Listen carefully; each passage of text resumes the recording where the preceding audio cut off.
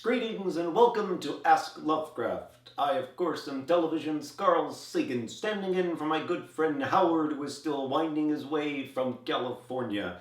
I thought I might entertain you with a reading of one of my favorite of Howard's stories, Nyarlathotep. Do sit back and enjoy. Nyarlathotep, the crawling chaos. I am the last. I will tell the audient void. I do not recall distinctly when it began, but it was months ago. The general tension was horrible. To a season of political and social upheaval was added a strange and brooding apprehension of hideous physical danger. A danger widespread and all-embracing, such a danger as may be imagined only in the most terrible phantasms of the night. I recall that the people went about with pale and worried faces and whispered warnings and prophecies which no one dared consciously repeat or acknowledge to himself that he had heard. A sense of monstrous guilt was upon the land, and out of the abysses between the stars swept chill currents that made men shiver in dark and lonely places. There was a demoniac alteration in the sequence of the seasons. The autumn heat lingered fearsomely, and everyone felt that the world and perhaps the universe had passed from the control of known gods or forces to that of gods or forces which were unknown. And it was then that Nyarlathotep came out of Egypt. Who he was none could tell, but he was of the old native blood and looked like a pharaoh. The Fellahi knelt when they saw him, yet could not say why. He said he had risen up out of the blackness of 27 centuries, and that he had heard messages from places not on this planet. Into that lands of civilization came Nyarlathotep, swarthy, slender, and sinister, always buying strange instruments of glass and metal and combining them into instruments yet stranger. He spoke much of the sciences, of electricity and psychology, always gave exhibitions of power which sent his spectators away speechless, yet which swelled his fame to exceeding magnitude. Men advised one another to see Nyarlathotep and shuddered. And where Nyarlathotep went, rest vanished, for the small hours were rent with the screams of nightmare. Never before had the screams of nightmare been such a public problem. Now the wise men almost wish they could forbid sleep in the small hours, that the shrieks of cities might less horribly disturb the pale pitying moon as it glimmered on green waters, gliding under bridges, and old steeples crumbling against a sickly sky.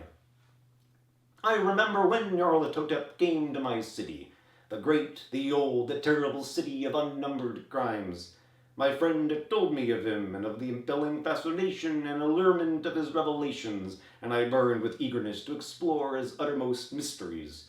My friend said they were horrible and impressive beyond my most fevered imaginings, that what was thrown on a screen in the darkened room prophesied things none but Nyarlathotep dared prophesy, and that in the sputter of his sparks there was taken from men that which had never been taken before, yet which showed only in the eyes. And I heard it hinted abroad that those who knew Nyarlathotep looked on sights which others saw not.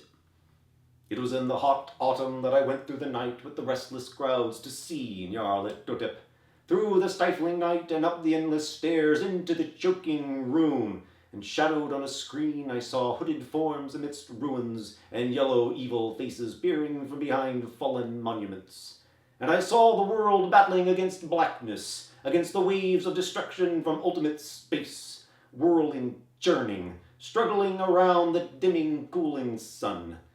Then the sparks played amazingly around the heads of the spectators, and hair stood up on end, while shadows more grotesque than I can tell came out and squatted on the heads. And when I, who was colder and more scientific than the rest, mumbled a trembling protest about imposture and static electricity, Nyarlathotep drave us all out, down the dizzy stairs into the damp, hot, deserted midnight streets. I screamed aloud that I was not afraid, that I never could be afraid, and others screamed with me for solace. We swore to one another that the city was exactly the same, and still alive, and when the electric lights began to fade, we cursed the company over and over again, and laughed at the queer faces we made. I believe we felt something coming down from the greenish moon, for when we began to depend on its light, we drifted into curious involuntary formations and seemed to know our destinations, though we dared not think of them. Once we looked at the pavement and found the blocks loose and displaced by grass, with scarce a line of rusted metal to show where the tramways had run, and again we saw a tramcar, lone, windowless, dilapidated, and almost on its side. When we gazed around the horizon, we could not find the third tower by the river, and noticed that the silhouette of the second tower was ragged at the top.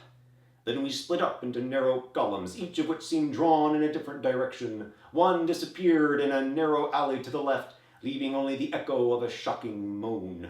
Another filed down a weed-choked subway entrance, howling with a laughter that was mad. My own column was sucked toward the open country, and presently felt a chill which was not of the hot autumn, for as we stalked out on the dark moor, we beheld around us the hellish moon-glitter of evil snows. Trackless, inexplicable snow, swept asunder in one direction only, where lay a gulf all the blacker for its glittering walls. The column seemed very thin indeed, as it plodded dreamily into the gulf. I lingered behind, for the black rift in the green-litten snow was frightful, and I thought I had heard the reverberations of a disquieting wail as my companions vanished. But my power to linger was slight. As if beckoned by those who had gone before, I half floated between the titanic snowdrifts, quivering and afraid, into the sightless vortex of the unimaginable. Screamingly sentient, dumbly delirious, only the gods that were can tell. A sickened, sensitive shadow writhing in hands that are not hands, and whirled blindly past ghastly midnights of rotting creation, corpses of dead worlds with sores that were cities, charnel winds that brush the pallid stars and make them flicker low.